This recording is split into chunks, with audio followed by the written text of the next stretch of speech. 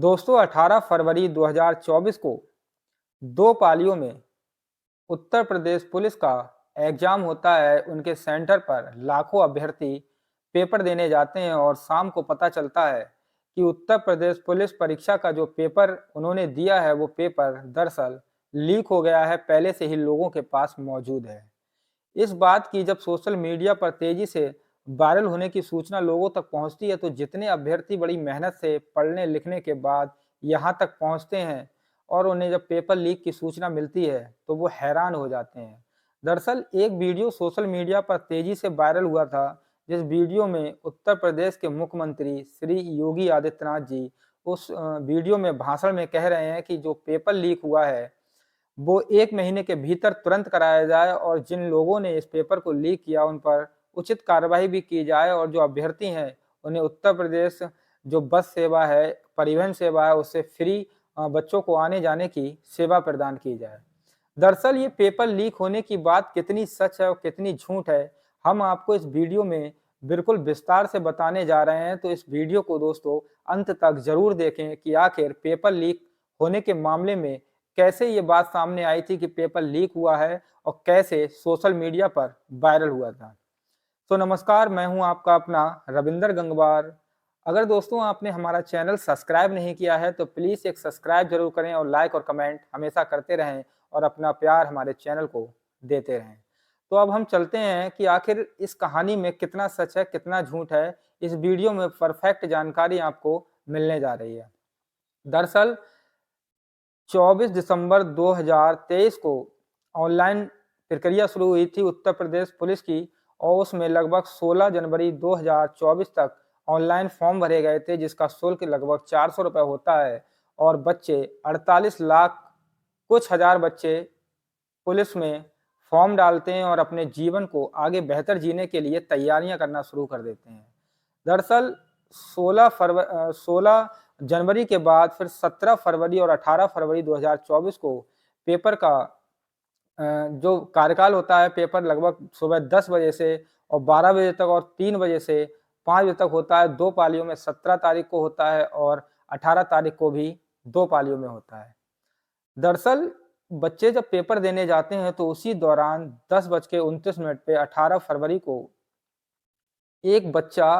कानपुर जो ज़िला है, कानपुर के एक ज़िले में एक अकेडमी है, श्री राम अकेडमी, उस अकेडमी के जो संचालक हैं राम जी मिश्रा,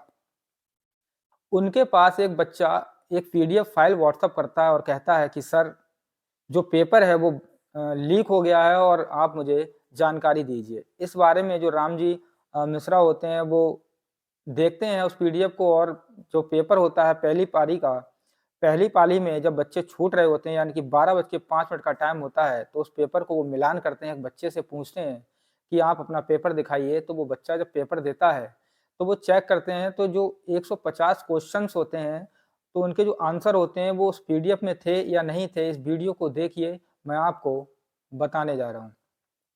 दरअसल वो चेक करते हैं लेकिन उसमें वो मिलान नहीं हो पाता है, तो वो आराम से घर जाते हैं और सोचने पर मजबूर हो जाते हैं कि आखिर ये आंसर शीट जो आई है पीडीएफ में, जो बच्चे ने भेजी है, जो उनकी कोचिंग में पढ़ता था, आखिर इसमें सच क्या है? कोई बात नहीं, जब वो मिलान करते हैं नहीं मिलता है तो उन्हें लगता है कि ये जो सूचना है ये गलत है। फिर 18 फरवरी 2024 को यानी कि 3 बजे की जो पाली होती है उसमें एग्ज़ाम होता है और वो शाम को बच्चा फिर उसी पेपर को भेजता है पीडीएफ के आंसर के आधार पर, तो वो चेक करते हैं, फिर उसी तरीके से उसी स्कूल में जाते हैं और स्कूल में जाने के बाद जैसे ही बच्चा बाहर निकलते हैं, तो उनसे पूछते हैं कि बेटा आप अपना पेपर दिखाइए और जब वो पेपर का मिलान करते हैं, तो चौंकाने वाली बात सामने आती है। दरअसल 150 क्वेश्चन्स में से 147 के आंसर उस पीडीएफ फाइल में थे, जो सुबह 10:29 पर उस बच्चे के द्वारा राम जी मिश्रा को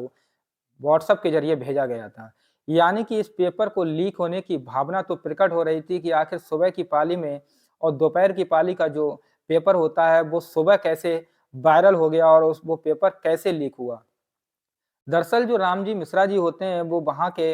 अधिकारियों के पास जाते हैं और कहते हैं, सर ये जो पेपर है, ये सुबह में ही लीक हो गया था और 3 बजे से परीक्षा शुरू होनी थी, तो ये पेपर लीक कैसे हुआ? वो मीडिया से बात करते हैं, वहाँ के एमएलए से बात करते हैं, सांसद से बात करते हैं और इसकी सूचना देते हैं कि जो पुलिस का पेपर है, जो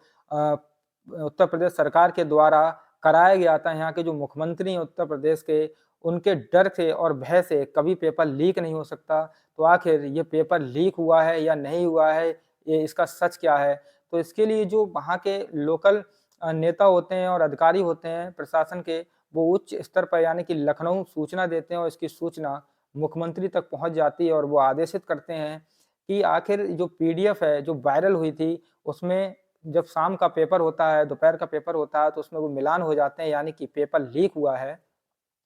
तो वो टीम गठित करते हैं और टीम गठित करने के बाद छापेमारी की जाती है। लगभग 100 से ज़्यादा जो पेपर सॉल्वर होते हैं उनको भी गिरफ्तार किया जाता है और उसके साथ में और भी लोग जो गिरफ्तार किए जाते हैं, जो मुन्ना भाई टाइप के होते हैं, जो पेपर को लीक कराने का काम करते हैं, उनसे पूछताछ की जाती है और आगे भी इसकी जाँच चल रही है कि आखिर पेपर कैसे ये वायरल हुआ, कैसे ये लीक हुआ और अभ्यर्थियों से भी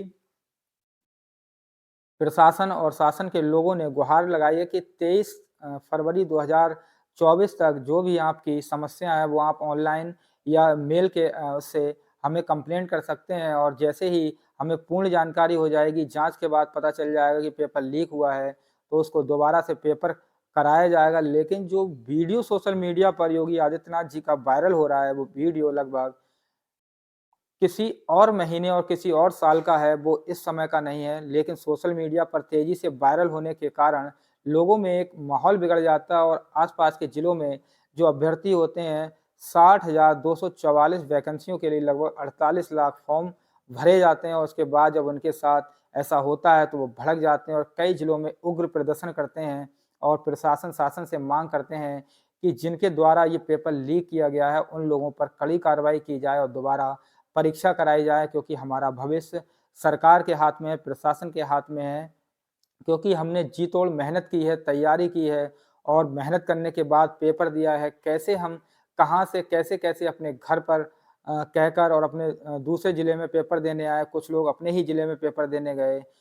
किसी ने खाना खाया तो किसी ने नहीं खाया, लेकिन अपने भविष्य के लिए वो दौड़ रहे थे और उनके साथ इतना बड़ा कांड हो जाता है, तो उन्हें भी आखिर बुरा लगता है, इसीलिए वो प्रदर्शन कर रहे हैं। उधर प्रशासन और शासन के लोग इस मामले की जाँच कर रहे हैं, जाँच के बाद ही क्लियर हो पाएगा कि आखिर ये जो पेपर लीक की जानकारी है, ये उस टीचर तक कैसे पहुँची थी और जो छात्र था, उसके पास वो पेपर कहाँ से आया था, इसकी पूरी जाँच की जा रही है और जाँच में पता चलने के बाद ही पेपर निरस्त होगा या नहीं होगा, ये आपको